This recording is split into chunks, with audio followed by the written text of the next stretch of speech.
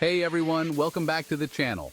Today we're diving into an exciting challenge: how to save $10,000 in 1 year. Whether you're dreaming of a wild vacation, that dream car, or just want to be financially secure, this video is your roadmap to success. Let's get started. All right, now that we've got our budget sorted out, it's time to talk about cutting expenses. Don't worry, I'm not talking about living like a hermit and eating ramen noodles for every meal. It's all about making small, strategic cuts that add up to big savings. First up, let's tackle those sneaky little expenses that drain your bank account without you even realizing it. Things like that daily latte, subscription services you never use, or impulse buys at the grocery store. That $5 coffee every morning might not seem like a big deal, but it adds up to over $150 a month. Next, let's talk about some bigger ticket items that could be costing you a fortune. Are you getting the best deal on your car insurance? Could you be saving money by switching to a different cell phone plan? Don't be afraid to shop around and negotiate with service providers.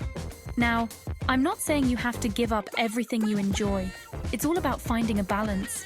By making smart choices and cutting back on unnecessary expenses, you'll be amazed at how much money you can free up for saving. We've talked about cutting expenses, but sometimes you need to make more money to reach those savings goals. There are tons of fun and flexible side hustles out there that can help you boost your income and reach your savings goals faster. First up, let's talk about the gig economy. Platforms like Uber, Lyft, DoorDash, and Instacart offer a great way to make extra cash on your own schedule.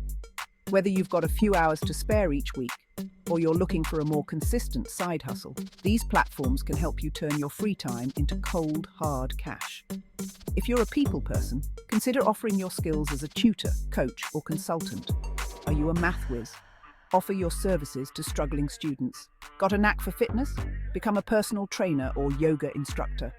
If you're more of a creative type, there are tons of ways to monetize your skills online.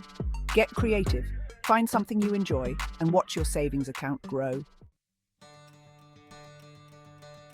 All right, we've covered a lot of ground, but there's one last piece of the puzzle that's absolutely crucial: tracking your progress and staying motivated.